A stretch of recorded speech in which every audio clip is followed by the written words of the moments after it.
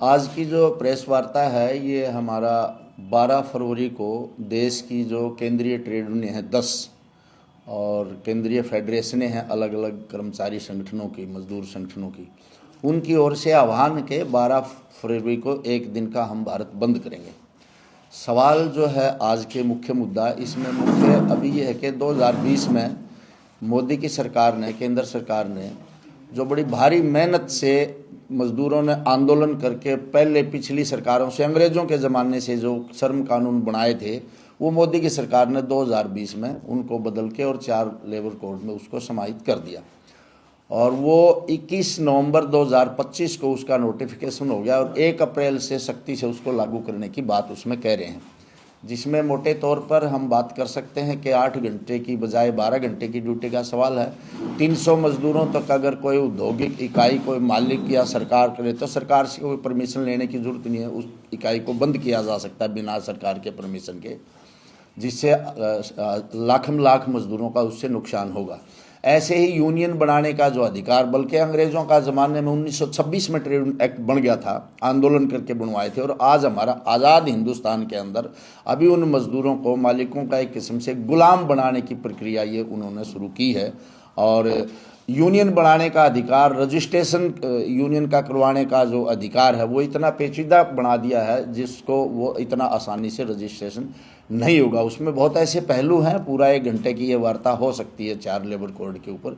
तो हमारी ये मांग इस हड़ताल के माध्यम से ये रहेगी कि वो उस 4 लेबर कोड जो है रद्द करके और पुराने जो श्रम कानून थे उनको बहाल किया जाए।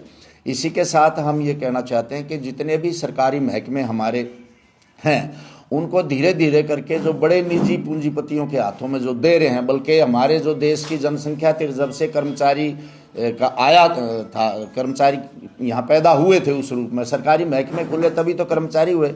आज उस टाइम की जनसंख्या और आज की जनसंख्या के हिसाब से और ज़्यादा कर्मचारी और ज़्यादा महकमों की ज़रूरत थी, उनका विस्तार किया जाना चाहिए था। आज उनको धीरे धीरे करके बंद किया जा रहा है ताकि जो युवा जो बेरोजगार हैं वो सड़कों पर घूम रहे हैं, पढ़े लिखे हैं, ऐसी हालत उनकी बना दी है। तो हम कह रहे हैं कि उस नया इसको विस्तार किया जाए। पुरानी जो पेंशन स्कीम जो होती थी कि रिटायर होने के बाद में बुढ़ापे में कर्मचारी की जो पेंशन होती थी वो बंद 2004 में कर दी थी, उस पुरानी पेंशन को बहाल किया जाए। इसके माध्यम से हम कह रहे हैं हमारे जो कच्चे कर्मचारी हैं या स्कीम वर्कर हैं, आशा वर्कर हैं, आंगनवाड़ी हैं, मिड डे मील हैं, सफाई कर्मचारी हैं, ग्रामीण चौकीदार हैं, इन सब की हम पक्के की मांग इस हड़ताल के माध्यम से करें, उनको रेगुलर किया जाए। जब ये महकमे पक्के हैं, ये काम पक्का है, तो उनको क्यों कच्चा रखा जाता है, उनको भी पक्का किया जाना चाहिए। इसके साथ ये हमारी मांग है।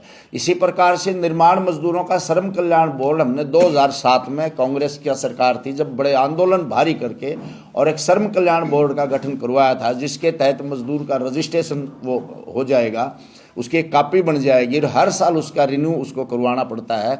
उसके हिसाब से वो छात्रवृत्ति का एक मसला है, जो मिस्त्री मजदूर है उसके बच्चों को, और उसकी लड़की की शादी में भी 1,01,000 कन्यादान उसके मिलता था। वो आम लोगों का पैसा नहीं है निर्माण श्रम कल्याण बोर्ड में, वो या तो मजदूरों का है जो उसका 5 रुपये पर महीना कटता है, तो 12 महीना में एक बार जब का अप्लाइमेंट में जैसे आप नाम रिन्यू करवाते हैं उसको, तो ऐसे ही ये हर साल उस कॉपी का रजिस्ट्रेशन उसको रिन्यू करवाते हैं, उस टाइम उसको भर देते हैं 60 रुपये।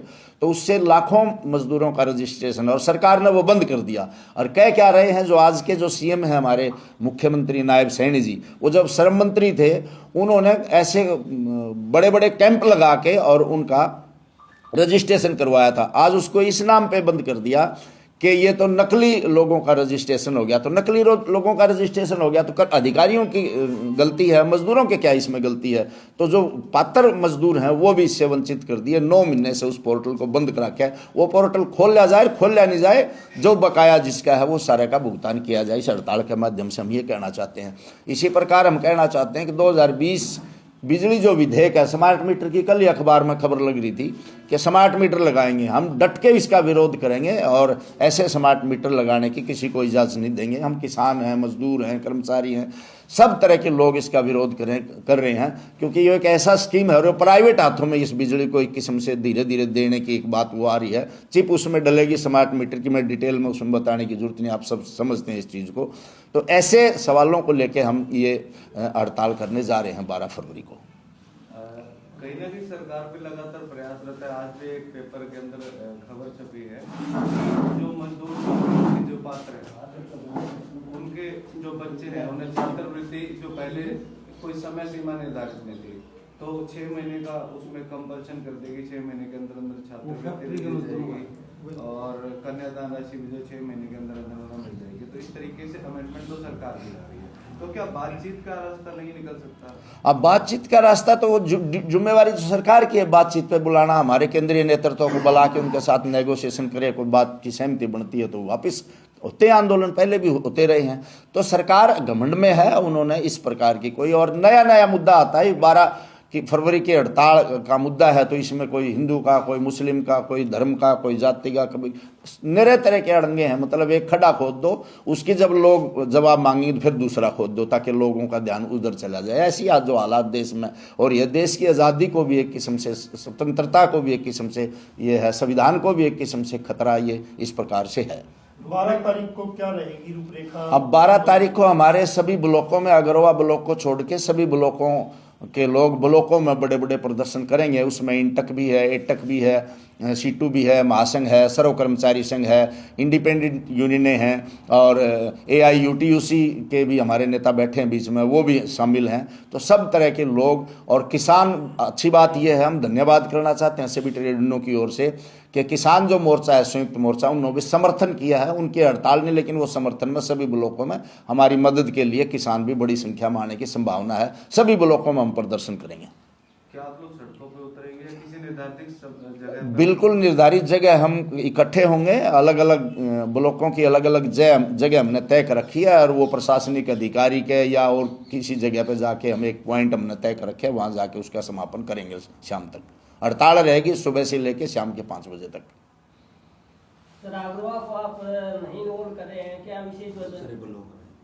अगरवा ब्लॉक में नहीं है। अगरवा को ऐसा नहीं है कि हमने कोई टाल दिया। अगरवा के लोग यहाँ आएंगे, क्योंकि अगरवा उस ढंग का कोई प्रशासनिक अधिकारी इस रूप का नहीं है, तो इसलिए हमने उसको उस रूप में टाला है।